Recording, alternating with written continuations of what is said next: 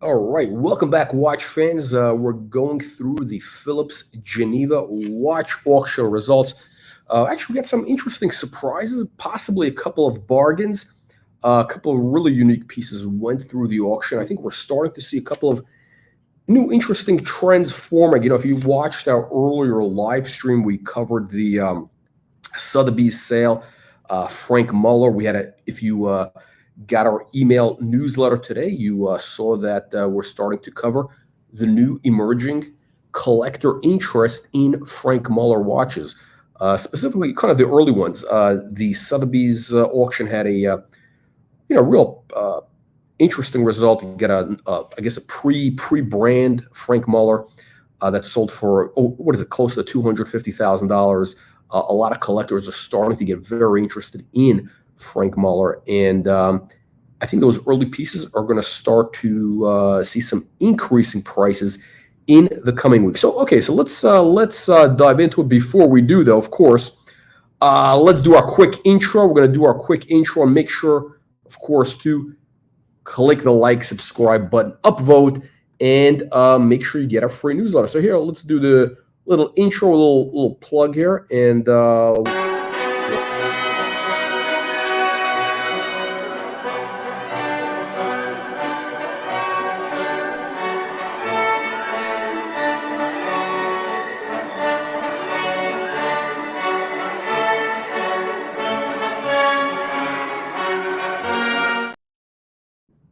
all right, there you go. As it says, like, share, subscribe, all that good stuff. Let's dive right into the Phillips auction here. Okay, so what we're starting to see across the board pretty much is, you have a little bit of softening, of course, in the Royal Oaks, the EP, for example, the Perpetual calendars. They're kind of doing okay. Even I guess this is the blue dial. Oh my God, the Yves Klein blue, as they call it. They're just doing okay. I mean, they're not. They're basically selling pretty much in line with what you see kind of in the secondary market, retail market. Nothing too exciting there. Again, a lot of these basic watches you might as well just get. I'm not even covering this stuff. You can get this stuff. Actually, I should say the more modern stuff. I don't even know why they have it here. You might as well just get it. Buy it online or wherever. So quick take a look at this here. Vacheron, this watch, bit of a, this is kind of a bit of a dog, a little bit of a funky watch. I'm actually surprised it sold for, roughly 23,000. You got this, integrated case. It is, I guess you can take off it's not an integrated case, excuse me. You can take off the bracelet.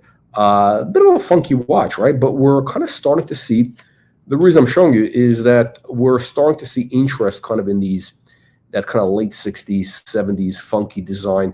They're starting to do well. So those prices are, picking up across the board. Let's keep rolling over here. No real surprises. Now, one of the watches, which, we covered last time, which I thought was fascinating, was this Patek Philippe Tiffany dial.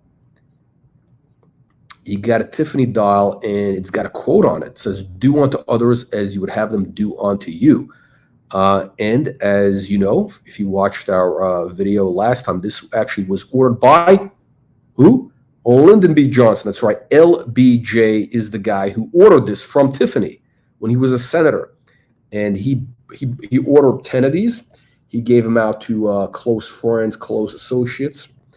And, we kind of went into a whole, fun discussion, conspiracy theories, JFK, all that other stuff. But look, this is a unique piece of history. It really is. I mean, this is a unique piece of history, world history, American history. They had, this is what, 1956. Estimate was 50 to 100,000, and it sold for basically just under 200 grand US, 185, 190,000 US. Is that a bargain? Is that a good price?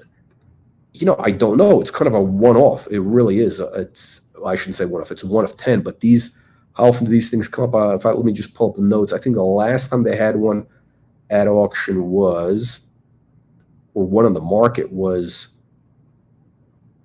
let's see, when was it? A number of years back. Oh, here we go. In the year 2000, so almost 24 years ago, 25 years ago. Okay, so this is, you know, again, this is the type of thing that you do look for at auction, and this is what these guys do best, right? They bring you these kind of rare pieces, and look, that's kind of what we want to see, right? By the way, guys, make sure that you are getting a free weekly newsletter, which has all the latest news on Patek Philippe, Audemars Piguet, modern vintage markets, prices, collector interviews, collector reviews, collection reviews, I should say. Click the link in the video description below to get that coming into your email box. Yeah, we got some incredible stuff that you don't see covered here in the on YouTube. So let's get right back into that. Here we go. Okay, so the LBJ watch. Again, I think to me this was one of the real highlights of this auction. Hang on a second, let me just pull this off. Why is it not coming up? Okay, so my internet is frozen. Let's see if this guy comes up. Okay. Hang on. Okay, we got the internet is frozen. Hang on a second. Let me just hang on a second. Let me just refresh, see what's going on here.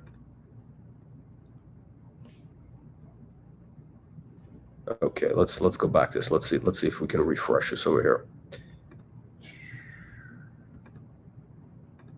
Okay, there we go. Okay, there we go. Okay, so again, unique piece of history. For me, one of the highlights of the sale, the LBJ Patek Philippe watch. And again, LBJ is really the, I guess he's the OG of watch collecting. I mean, he's the president that put the president in the Rolex president, right? He's the first U.S. president, the real first, you know, heavy hitter to wear a Rolex. So he was a, you know, serious guy, serious watch guy. Rolex president, date, you know, custom Patek Philippe's. That's a big deal. That really is very interesting. Really, I mean, I can talk about it for hours, but I'm not here to bore you. A couple of unique pieces we want to highlight. We got an AP minute repeater, and this is platinum. Platinum. Hang on a second. Is there an audio? Hang on.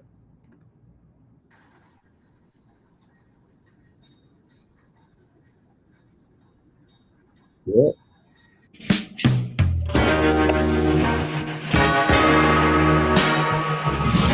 Okay, there's their watch. I gotta hang on.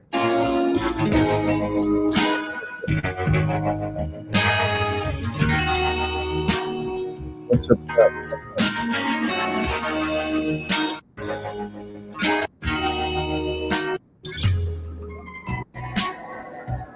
Okay, I really wish they would have had a little more of the repeater sound. But anyway, look, this thing kind of, again, very, you know, rare watch. You know, goes without saying. Integrated bracelet, 1 of 2 in platinum, diamonds. Okay, kind of a very basic looking watch. Otherwise, right? 200 to 400,000 Swiss, sold for 533. So a lot of interest in this, right? A lot of interest. This is the movement. Oh, that's pretty nice. Pretty nice, huh? Okay, let's keep rolling. Okay, Cartier did really well. Again, still a lot of interest in Cartier. I think Cartier is, we have not seen the peak in Cartier prices just yet. We have not seen the peak in Cartier yet. They had a crash. It sold for big money. We got this dark blue dial. What do they call it? Ink blue. And this was Cartier London.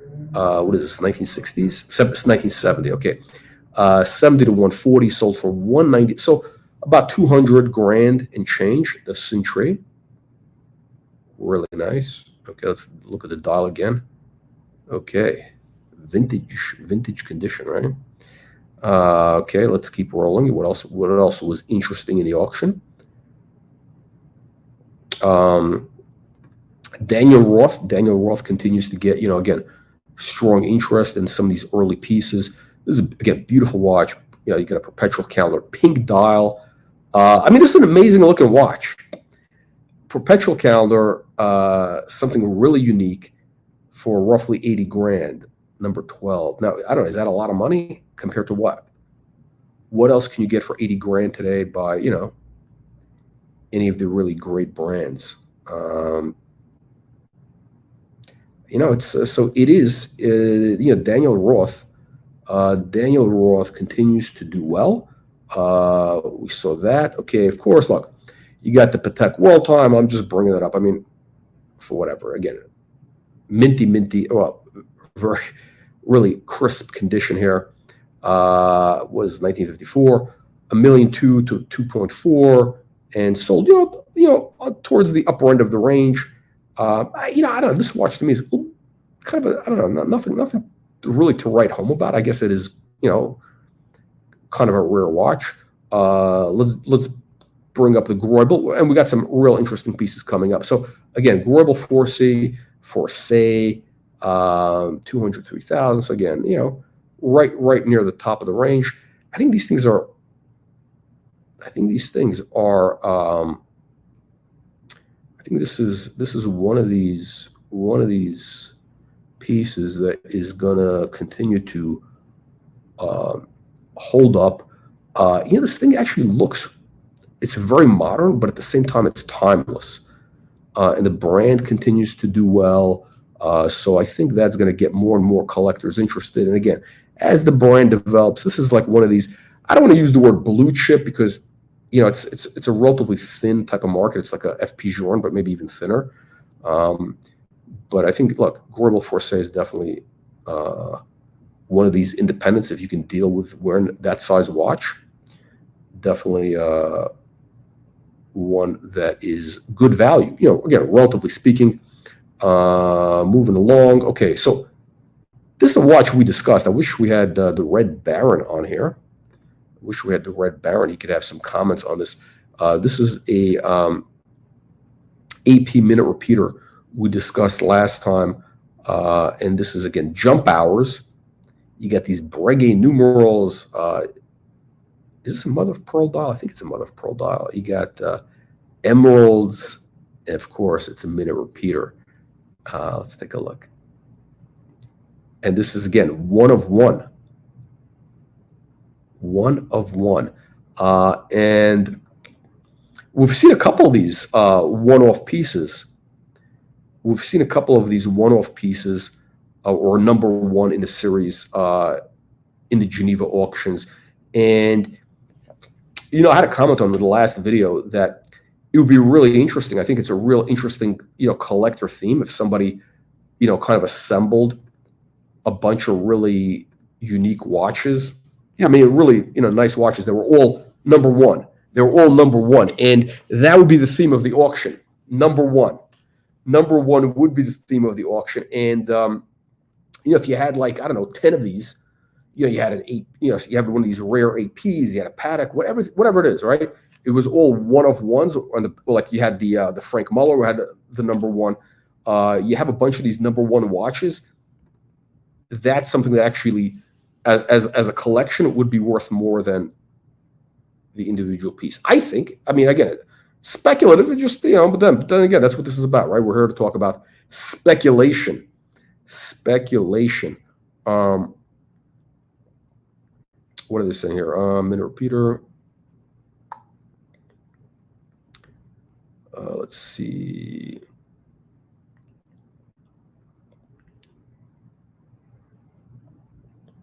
Okay.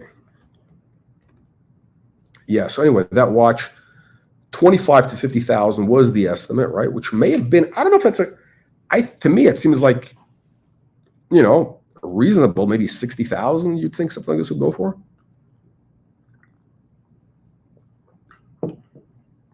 And it sold for nearly, what is it, about 190,000 US. So Yeah, 3 times the high estimate, 3 times. So, that tells us the market is willing to pay up for unique pieces. Again, people are, again, the money is going towards unique stuff. And I want to bring up this up to your attention. Again, Richard Mille. And I think some of these kind of earlier watches,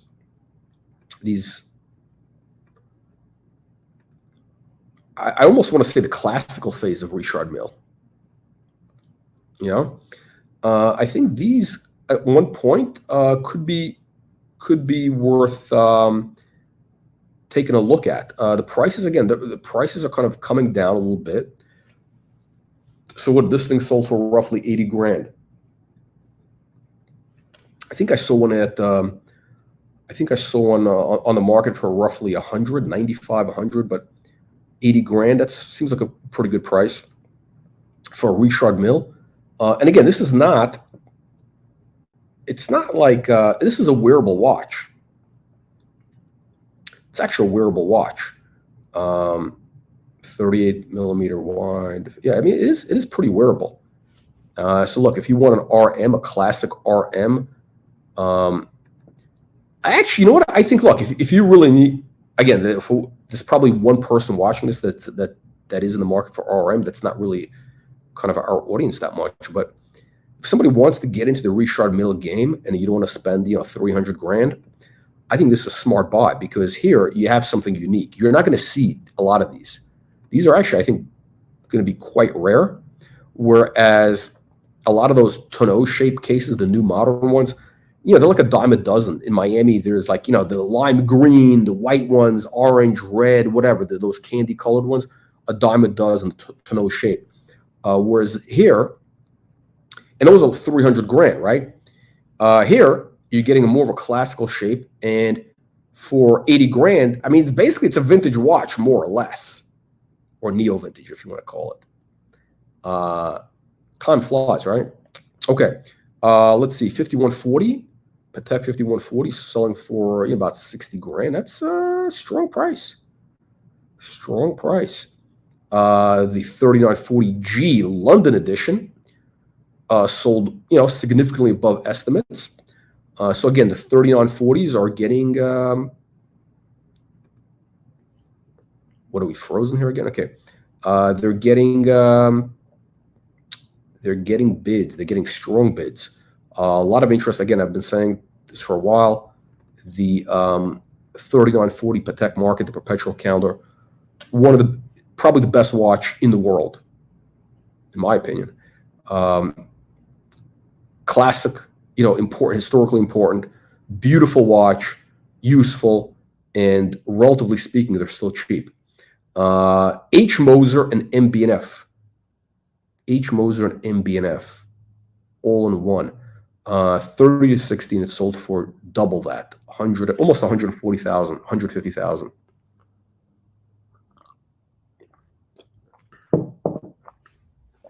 I don't know. I don't get it. I mean, as a watch, I mean, I want to be able to read the time, but people are, the MB&F, H. Moser, you're getting a 2-for-1 basically. Both brands have a lot of interest right now, and this is basically combining the best of both worlds. Although I think MB&F is the more serious company. Let's see what else. What else was interesting to sale? Let's keep going. Okay, this is actually kind of interesting. So we got a Harry Winston, right? Harry Winston again. So one of these brands, which is kind of interesting. They teamed up with these really serious watchmakers back in the day to do these like crazy watches. And so this thing was what, Felix Baumgartner. I get him mixed up. He's the guy from is it MB&F or one of these guys, right? Whatever. You know what I'm saying. It's one of those guys. They're all the same to me. I can't keep track of them. 50 millimeter size case, huge, platinum, 60 to 120. Actually, it sold for, respectable. This is a respectable, 90,000 US For Harry Winston, I mean, again, it's pretty respectable. A lot of them have gotten beaten up in price.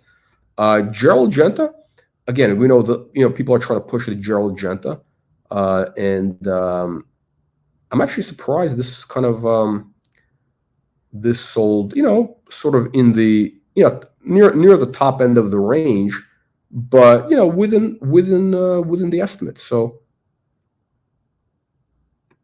I'm actually surprised by that. I'm surprised, because there's a lot of these guys are trying to push up the market. There's let's just say there's people who have vested interest in seeing the Genta market do well, right? Let's keep rolling. Okay. Kind of a rare watch for Omega. Omega, very dull, boring brand. But here you got kind of a rare watch. 1965. I think that's the Omega prime years, the 60s, 50s, 60s, early 70s. I think that's when they were real, considered an important company. So you got sapphire set, and this is, what is this, white gold? Yeah, white gold sapphires, 34 millimeters. It had a 15 to 25 estimate, and it sold for 50, almost, let's say $46,000 all in, right? Very strong price for Omega, right? That is very strong price for just a basic time only Omega. Let's move along now. Ulysse Nardin, again, it's one of these brands that I think there's some groups, let's just say, that have a vested interest in pushing up the prices. And it's worth taking a look at these, from a speculative interest, these kind of 90s, 2000s, the Russian oligarch watch, right? This is kind of your typical Russian oligarch watch, Ulysse Nardin, 38 millimeters of size. Okay, this is a limited edition. Okay, blah, blah, blah. Minute repeater, 20 to 40,000 was the estimate. It sold for. So the estimate was 21,000 to 43,000 US, and it sold for roughly 120,000. So that is, I think, a very strong price for Ulysse Nardin. Very strong. So something to keep an eye on. Again, one of the big standouts, of course, Cartier Crash. White gold, pink dial, salmon dial. 43 to 87,000 estimate US, sold for over 320,000. Now, I don't know, these are getting out of hand. I mean, seriously, $320,000 for this. I don't get it. I think people are starting to get carried away. Look, I'm here to say that the market for Cartier Crash and Cartier is going to be peaking over the next 6 months. I think it's done. I think it is done. Really cool Patek Philippe TV dial shape. I love these kind of funky shapes. If they had maybe just a better hands and a kind of better markers, I'd like one of these watches. But this is a chronograph, which I'm not a chronograph guy. Still really cool. These are quite rare. Platinum. What do we got here? How many did they make? Okay. Anyway, nothing too crazy. The estimate was 164 to 328, and sold for roughly 240. Just a cool watch. Moving along.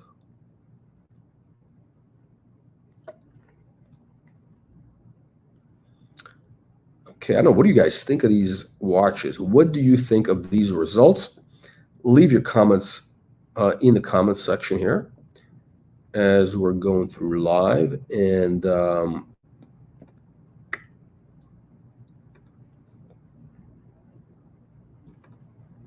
here's an interesting one, right? Now, these are on the market for roughly 140,000 US. You can find them. I don't know. I think this could be actually, I don't know. It could be for Nautilus. White gold with diamond bezel. The diamond bezel. I actually think this is, if you're going to get a Nautilus, this actually is a good look. I mean, the diamonds actually look better.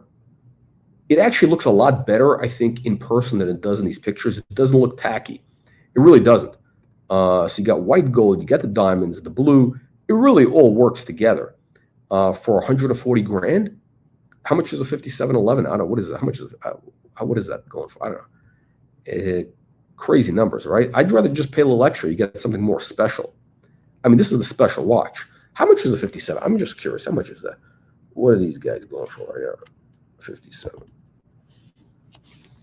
I mean, you got a Tiffany dial. One's going for over $1 million, right?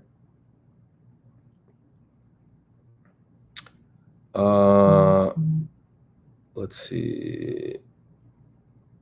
85. Okay, so 85, 87. It's like a decent one. Let's just say it's going to be almost 90 grand for a decent 5711.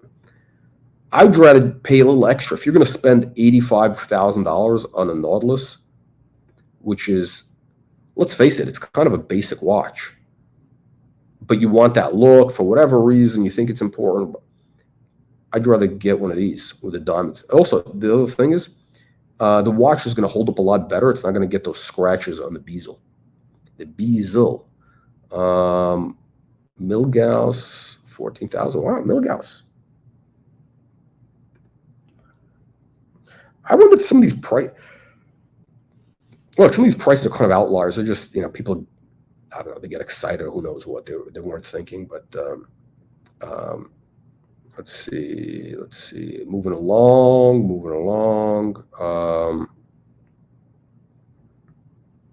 We have okay. This is a funky watch, right? The Tridor. I mean, really kind of one of the dogs of Rolex, the Tridor, when they made the bracelets with those funky, like, mixed golds in that center link in the 80s. But this one is even funkier because this one's got the diamonds on the dial, and they have, are these sapphires or what are these? These are sapphires. Yeah, sapphires. I mean, it's a lot, right? Like, this is a lot. I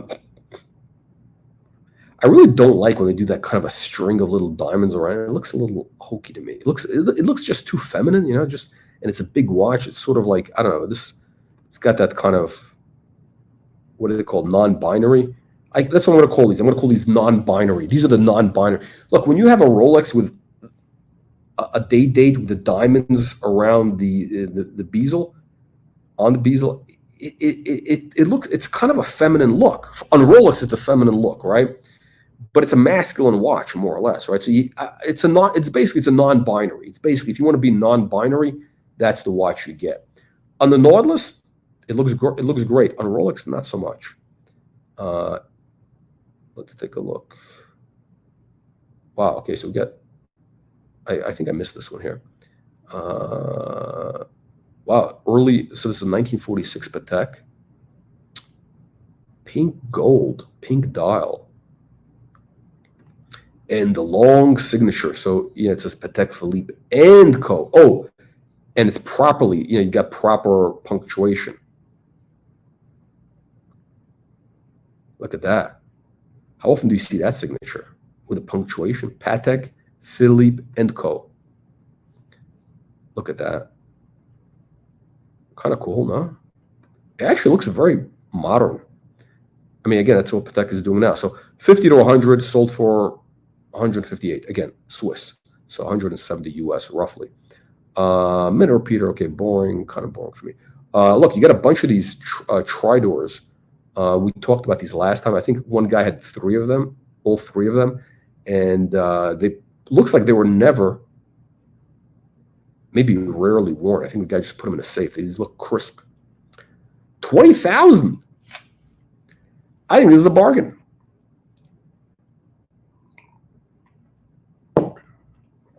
I mean, would you wear this watch? I don't know. You got white gold with a tridor. You got rubies. But 25 grand, again, compared to Rolex day dates for 25 grand.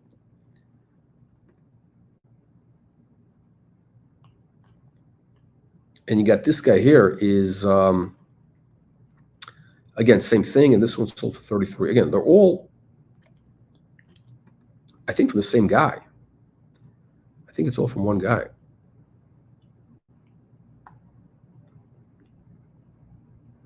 Oh, you know what? I just think I just realized something. I think those Tridor, those center links, I think they actually made them a little different also. No, I think they made them a little different. I think they did make them a little different on some of these watches. I can't really zoom in. I can't do side by side. They do look a little different. Like they mixed that. Yeah, they did mix it up. They did mix up those links. And that's gold, by the way. It's all gold, just different like alloys, different mixtures of gold to get that. So we got this is, again, I'm calling this the blue chip, the Patek Philippe blue chip. You're getting a white gold perpetual calendar. This is a classic, right? This is really the blue chip. 1972 inverted date, right? So it goes all around. 400 to 800,000 Swiss. And it's sold for, kind of at the lower end of the range, about 600,000 US. That's what your rotor looks like back then. You got the nice coffin case. And I think this watch was almost never worn. I mean, this is ultra mint, super minty. I think, again, I think it's from the original owner. The guy wore it only a couple of times, then he serviced it. How much did he pay to service it? I think he paid, $4,200, 4,200 euro to service it in 2021. So,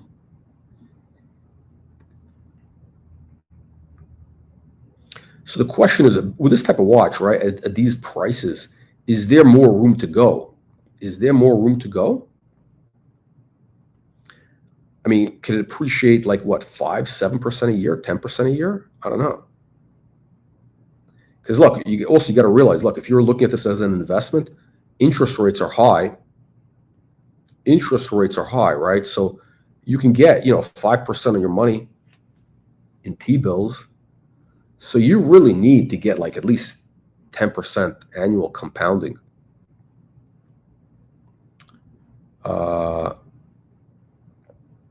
Yeah, we got a comment here. Great child. This guy's a Grateful Dead fan. Okay, so this means the guy has no taste. I mean, Grateful Dead. I don't even understand their music. I think I heard one of theirs. I had to turn it off. I mean, a bunch of tomato cans. I mean, it's really the scum of the earth. Very strange relics have inflated values. Who wears those trinkets? Oh, okay. I really have no interest in anything other than, I really have no interest in anything other than the Rolex. Of course, because you're a tomato can. I mean, the guy's a tomato can, of course. He's typical Rolex peasant. The watches with precious gems are ridiculous looking. Well, you listen to ridiculous music. I bet you wear those stupid T-shirts with the tie-dye. I mean, really, I mean, it's unbelievable when you get these tomato cans leaving comments here. It's not for you. Look, this is not for you. Leave the channel. Leave right now. Leave. This is not for you. This is a peasant-free environment. I should make these comments only for members of the channel. I don't want to have these tomato cans here. Okay. The Nautilus Perpetual Calendar, white gold. I think, again, one of the best Nautiluses out there. If you want a complication. It's not cheap. So you can get these for like almost 200 grand retail right now. 150 is it's about 155, I believe, in the store from Patek. Although you can't really get it, right? But plus tax, let's say, so it's 160. Or you go in the secondary market and it's roughly 200, low 200s, and it's sold here for 215, 220. So look, by the way, there are people who basically want to there are people who want to they don't want to deal with let's call it the gray market, the used watch dealers, because let's face it, a lot of these watch dealers, they're scum, right? It's like going to a used car dealer. I mean, like that's like 90% of the watch dealers out there. I mean, it's basically going to used car dealers. If you ever been in LA, you go to these used car dealers in the Valley, you know, or in what do you call it? In what is it? Not Pasadena. What the hell is it? Up there. It's all it's all scum, right? I mean, that's basically your used watch dealers, except these guys, they try to put on these airs of like sophistication or whatever that they're, now they're all basically used car dealers, right? And maybe even worse. And look, a lot of people just kind of don't want to deal with it because sometimes you feel like you got to take a shower after you deal with some of these used watch dealers, right?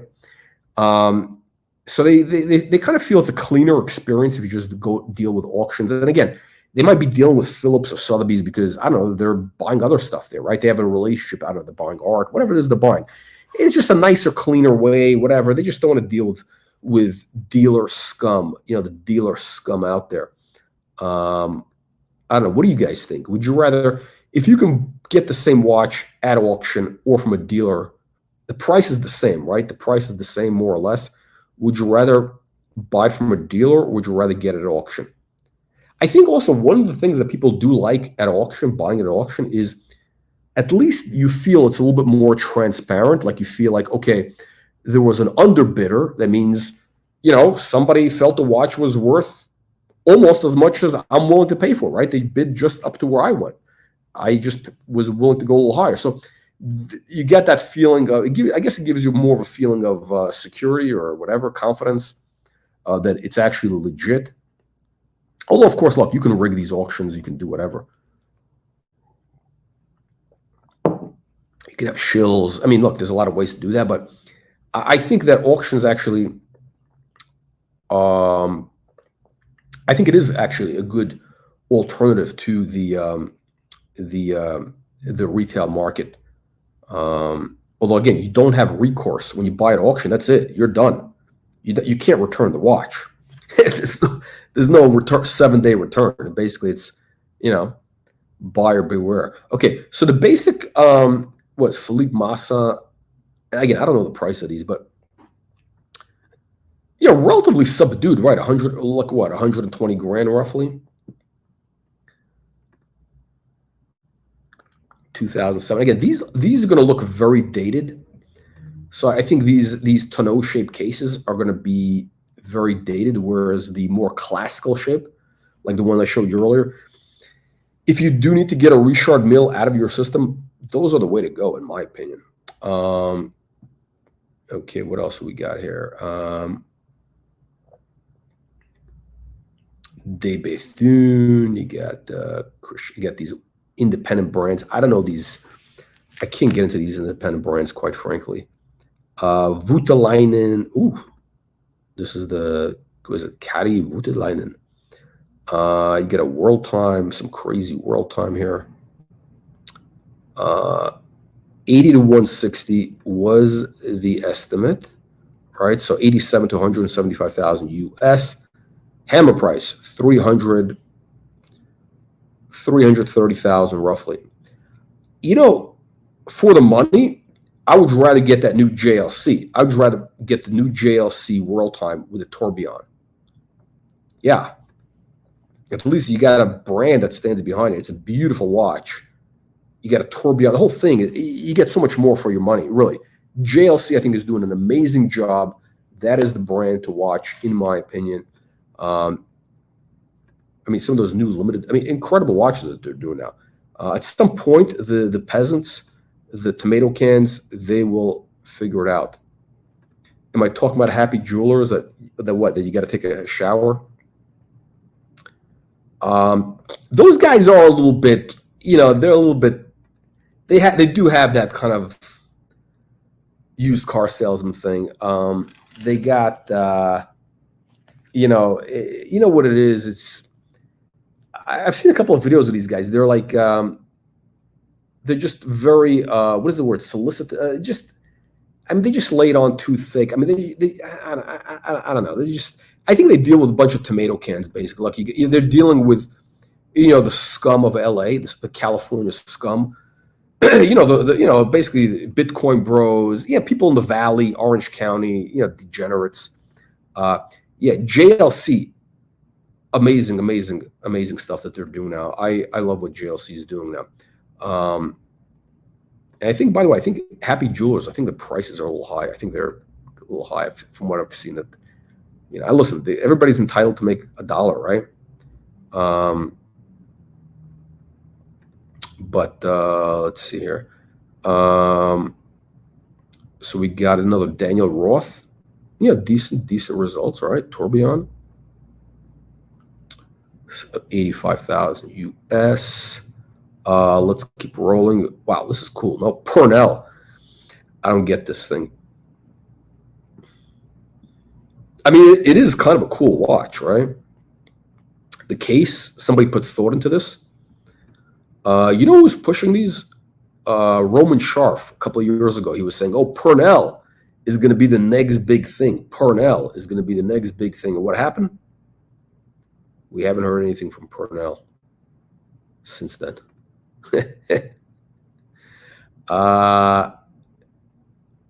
Yeah, I don't know about Purnell. It is. I mean, it's a cool looking watch, right? But the price, for the price, it's a lot, right? 48 millimeter. Okay, it's a big watch. It's a little gimmicky, right? You got this kind of Greek font, Spherion. It's a little gimmicky. 88,000. So almost 90 grand. That's a hard pass for me. Oh, you got actually, look at this. You do have this like nice tourbillon, but again, if I really wanted to I mean, this is a cool watch. I mean, it's actually, look at this. It's this whole thing is like a see-through crystal. They have potential. I think these guys have potential. It is a cool watch when you think about it, right? But again, it's a no-name brand, basically. Sorry, it's a no-name brand. So, 30 grand, I could see somebody taking a flyer, but not that type of money. I'd rather go to JLC. JLC does beautiful tourbillons. Right now, they're doing amazing stuff. And at least you have, a known brand, a known player. Oh, speaking of JLC, so we got a JLC. This is an old one. This is old. 10 years ago, this was done. 54 to 100,000, and it sold for about 115,000 US. Look at the beautiful design of that on that dial. Wow. And it kind of opens up like almost like not a butterfly, but like an insect or something. You get the tourbillon.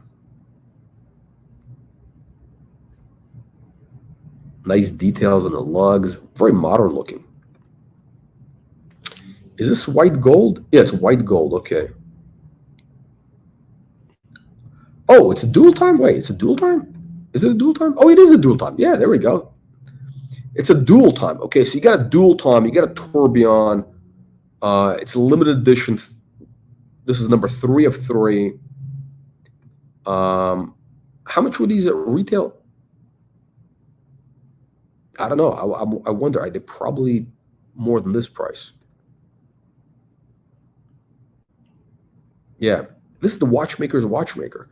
I think JLC has a lot going for it right now.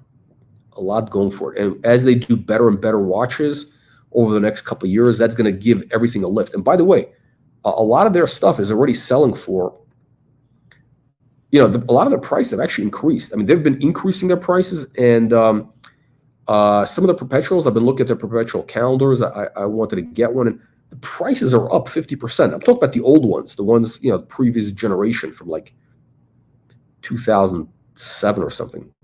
So this is the watch that ladies watch, as I remember, Crazy Kirby, one of our people, 21 to 32,000, and it's a full set, earrings and a ring, so you get a lot for your money. 66, so about 70,000 US. Lapis, diamonds, gold, turquoise.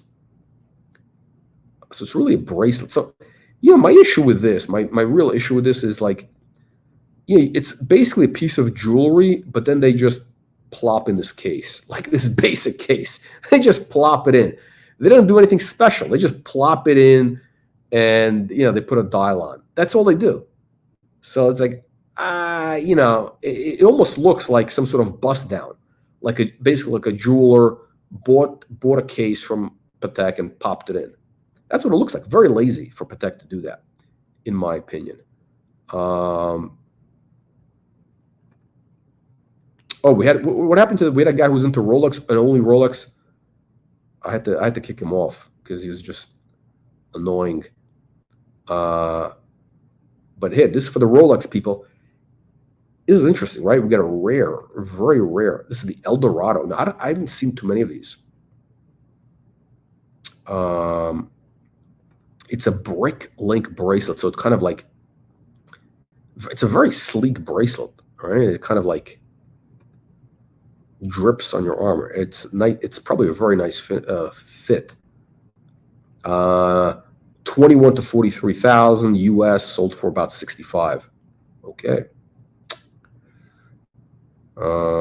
Pink gold.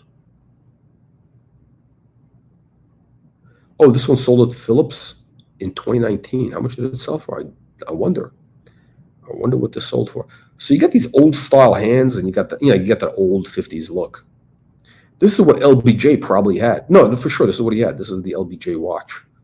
I mean, of course, with the president bracelet, but that's kind of the, boiler rooms tell you watches are inflation proof. No,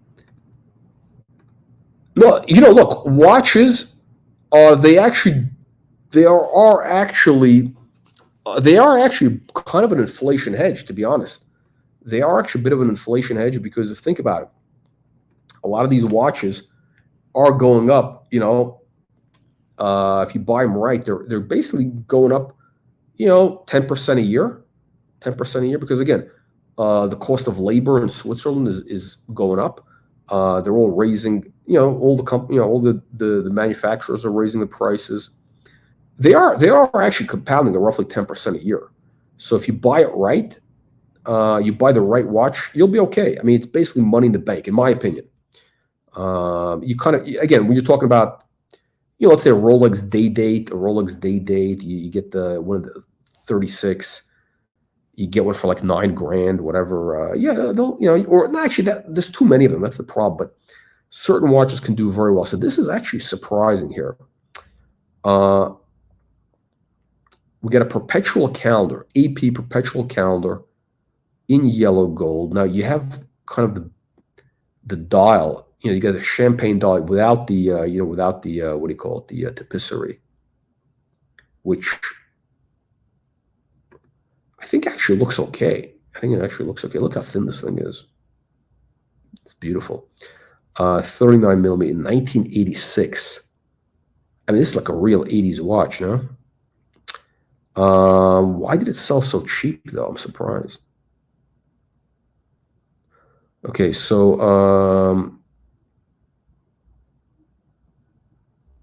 so they only made 280 of these across all metals in this series. Okay, so again,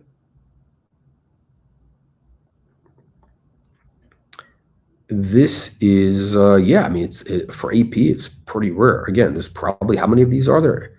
80 out there. Estimate was 65 to 131,000, and it sold for about 85,000. Now, on the secondary market, these are, I think, 120, 130,000 plus, 130 plus.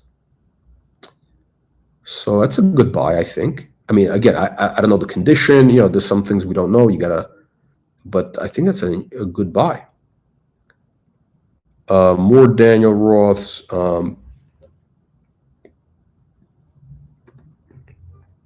We got a crazy Harry Winston tourbillon. Again, limited edition. This looks like the guy, the Urwerk guy probably did this. Again, they were dealing with really very, that's a beautiful case back also. I mean, it's amazing that Harry Winston, which is basically, it's a a relatively conservative jewelry company, very high end. How did they and why did they go to do these like really avant-garde, really out there type watches? Why didn't they just do something conservative, right? It takes a lot of balls. So I really, you got to give them respect. You got this Acrivia, which is, I don't understand. I don't know anything about these. I'd like to understand why these are so expensive. Cool case, no? Cool case. Very cool design. 320 to 656,000 estimate, and selling for 635. I mean, what is so special about this besides that it's like, handmade? It's might be, a one-off or whatever. It's this guy. Was it Recepi?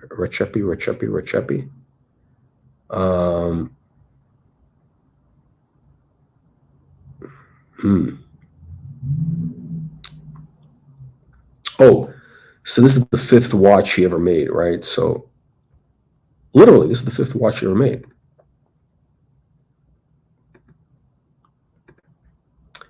But the way I look at it is this, right? At the end of the day, what are you getting? What are you really getting? You got a tourbillon, whatever, okay. But that's it. What else? What else are you trying? I mean, you got an interesting case. I mean, it's not like, oh my God, but yeah. I mean, it's interesting. Is it worth that type of money? I don't know. Somebody must. You got to explain to me, because again, look, like when you get into these like these independent brands, some of these watches, it is a little bit like art, like contemporary art. Like some of it is historically, it's valued based on historical importance or whatever. It is that type of thing, which I understand. I mean, I get it in terms of art because I understand kind of the relative markets. With watches, though, I don't know if the same thing should apply, because watches are more of a, it's an applied art. It's more of a practical. I have just a different viewpoint of that concept when it comes to watches. But what is this? What is this? So we got a chronograph, 10-minute. Okay, so this is. Okay, here at least you're getting some crazy complication, and this is actually interesting. Look at the way this thing is made. You get the gold, pink gold, titanium pink gold. I mean, this is clever. This is very creative. Limited edition, and this sold for 363,000. Hong Kong boutique 10th anniversary. So it's got the China thing, which I think. Well, I guess the Chinese market has cooled off a little bit. But FP Journe has got a lot of momentum. So I don't know if you had to choose between the Acrivia and FP Journe, which would you go for? Purely as an investment. I don't know. Interesting. So okay, let's keep rolling. Oh, we get the Rolex date with the wood dial, right? Which kind of funky, right? These are kind of funky. 16 to 32,000 US, sold for about 25 grand. It's kind of in line. It's in line with what they're going for, with the wood dial. Okay, so let's bring this up. AP, these perpetual calendars, as we've been talking about, they're getting, there's demand for these. The prices are on the move. These are on the move, right? There is a lot of interest in these. So this is a kind of a rare dial combination that they had. You get the Breguet numerals, the guilloche, all that stuff. 21 to 43,000, and the hammer price about 80 grand US, 80,000 American dollars almost. That's, you know what? That could be that could be a record for one of these perpetual calendars from AP, this generation, this neo vintage. Could be. So there is, that's a trend we're starting to see again, guys. We're seeing this trend repeating. The AP perpetual calendars are on the move. They have been on the move, and the trend is continuing as we are seeing here. Strong prices for rare dials. Langenzoon.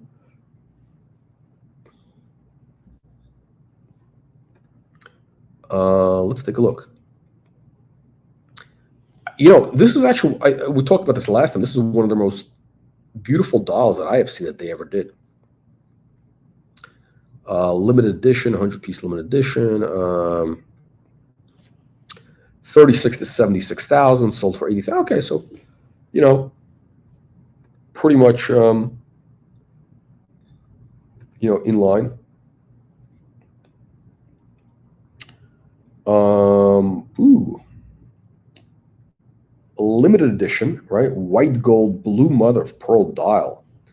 Blue mother of pearl dial, white gold. This is a beautiful, actually, it's pretty nice, right? Same basic watch though, so it's a limited edition. Okay, they only did 25 for this Dubai. 100. Okay, so 32,000 to 65,000 estimate. Okay, sounds about right. And it sells for, what does it sell for? 185,000. Kind of an outlier. That is an outlier. That's a real outlier. Okay, let's go to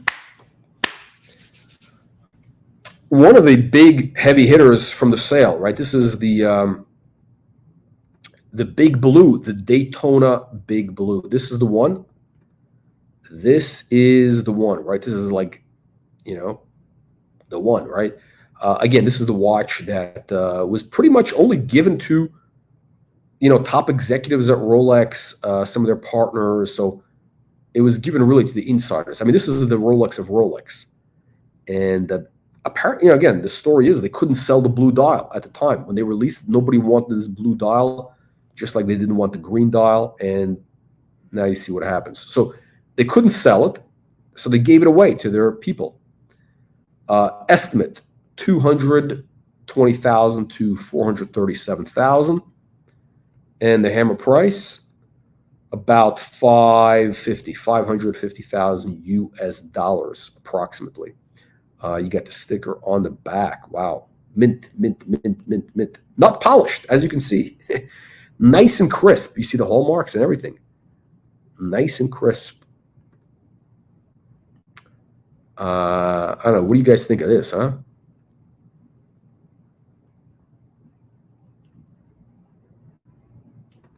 $500,000 basically, right? I think the Daytona market though is, those Paul Newmans, the whole thing. It's done, in my opinion.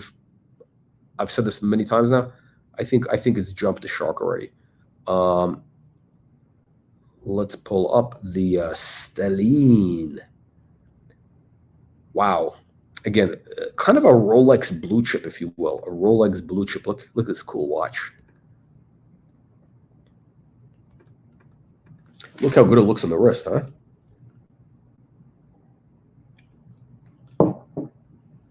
Very low key.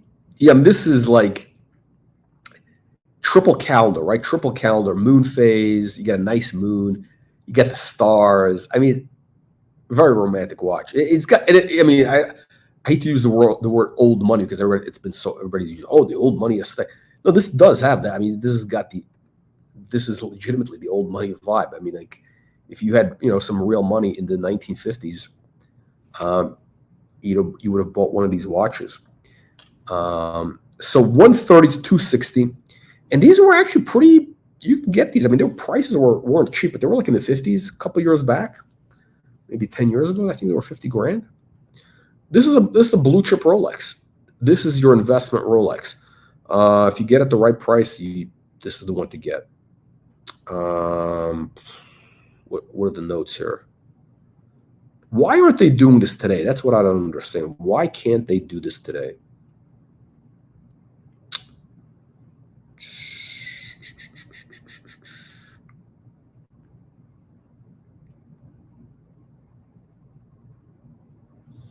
So let's call it 250 grand. Okay, what would you rather have? Would you rather have this? Would you rather have a stellene, this beautiful triple calendar, or do you want to be a tomato can and buy a Paul Newman Daytona for the same money? What do you, if you had to choose between the two, what do you think is the better bet? Okay, between those two watches, investment wise, I'm talking about for investment purposes. I mean, aesthetically, okay, again, really, you really do want to restore the dial. I wish people would kind of start to realize that you really do have to restore these watches. I mean, this, just, gets this kind of funky, thing. You want to clean it up. People restore cars, right? Why can't they restore watches? What's wrong with that? If you do it right, why not? It's a mechanical thing. It's made to be used. So yeah, they really should. But I think the money is on the stellene. Now, let's go to the last lot in the sale, the Caravelle. Wow. Check this out.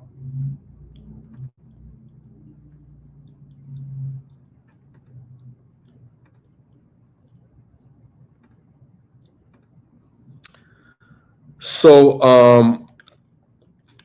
this guy here, I think this is a one-off design. It's a one-off, right? It's pretty much a one-off cloisonné enamel dial. And you got the original Bucherer, the Bucherer certificate. When was this bought? 1957. It went through auction twice, 2015 and 2006. So it's Caravelle, a Spanish or Portuguese sailing ship of the 16th century. Pretty cool, no? 437,000 to 875,000 estimate, and it sold for about $1.5 million, roughly $1.5 million, $1,500,000 US dollars. Interesting, right? I mean, upside potential, investment wise, because I mean that is what you're buying it for. You're not going to wear this watch, right? So you're buying it as an investment. I mean, $1.5 million for just a basic, basic Rolex. I mean, dial is unique.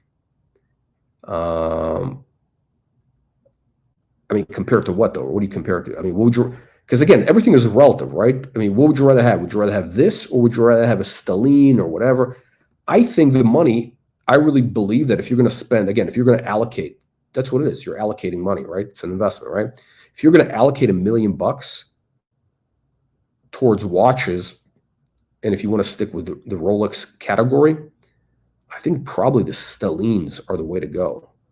And maybe something else, but not, I mean, I'd rather get maybe a couple of stellenes and something else, to put all that money into one watch.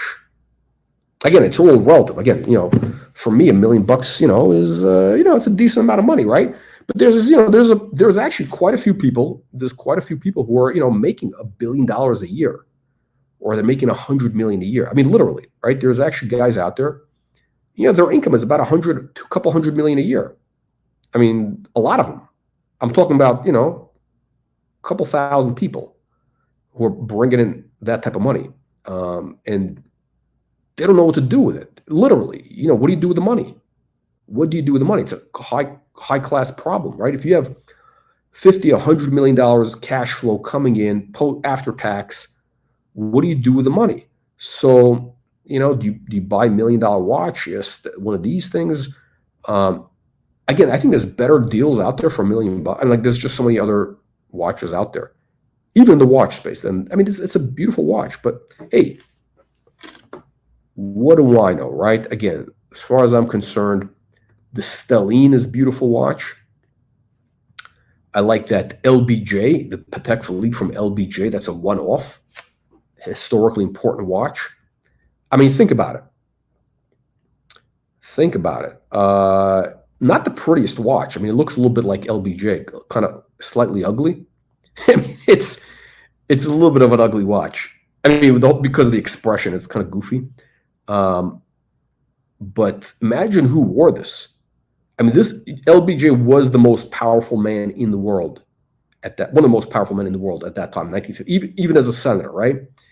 And he gave it to, who did he give it to? He gave it to like heavy hitters, to people who could, you know, help him out as he became president, you know, as to get power. I mean, this is, who wore this watch? Think about it.